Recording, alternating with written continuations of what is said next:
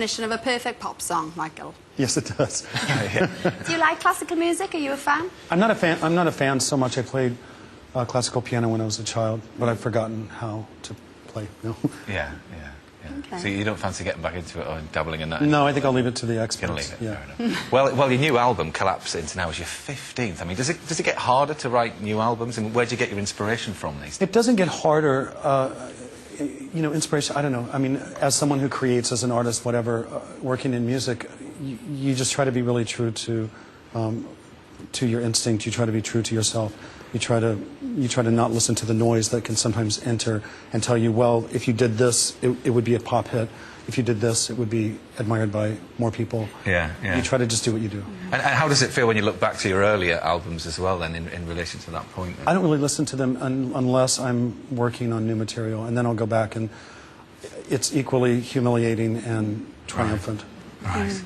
Interesting, yeah. But this time, every track on the album is also accompanied by a short film that you can download. That's right. So what's the difference, would you say, then, to a short film and a pop video? Because in essence, that's what you're doing, isn't it? There's something to go with every song. Well, music video and music video on television really had a day, and people still make music videos. Lady Gaga, who I love, Kanye West, who I love, Beyonce, who I really love. We all do, Michael.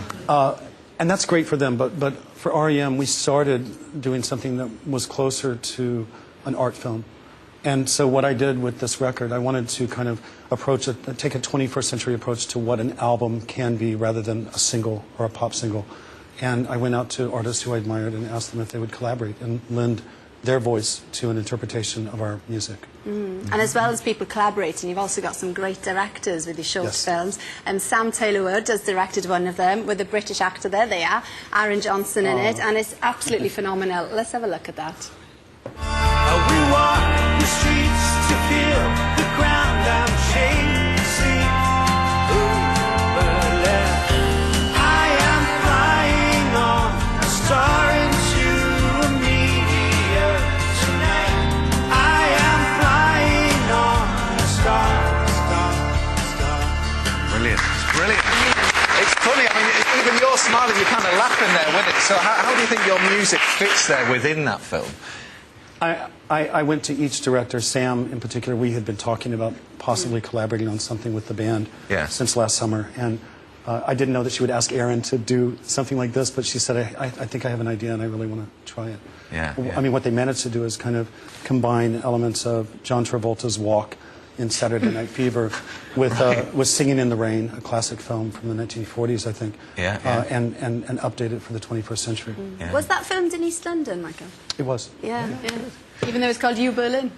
Well, the song is about someone who is in the city of Berlin, desperately trying to connect to something, anyone, anything, and not doing a great job of it. It looks great. Thank you. Yeah, well, talking of the song, and your voice in particular, I mean, it's incredibly recognisable, but you didn't actually realise this up until a couple of years ago. No, I didn't. I used to, you know, when you call up a company and you get a representative and you're ordering things over the telephone, people would recognise my voice without knowing.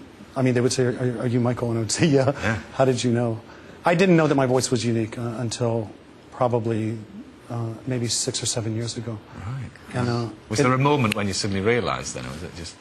Yeah, some friends sat me down and were like, "Your voice is really unique." You went, yeah, okay, thanks. I was like, okay. I don't know where to go from that. But I was confounded by why R.E.M. is a band that's not covered more often, why other pop singers don't really tackle R.E.M. songs. And I realized that maybe that's not as easy as it seems to me. Yeah, you found the answer. Yeah. It is a cracking album, it really is, and Collapse Into Now is out now. OK, we are going to be doing something very, very funny for money. Don't build it to up help too much. raise money for comic relief. Well, I'm not going to be here, so no. One show viewers will be dressing up as their favourite Spice Girl and performing a mass rendition of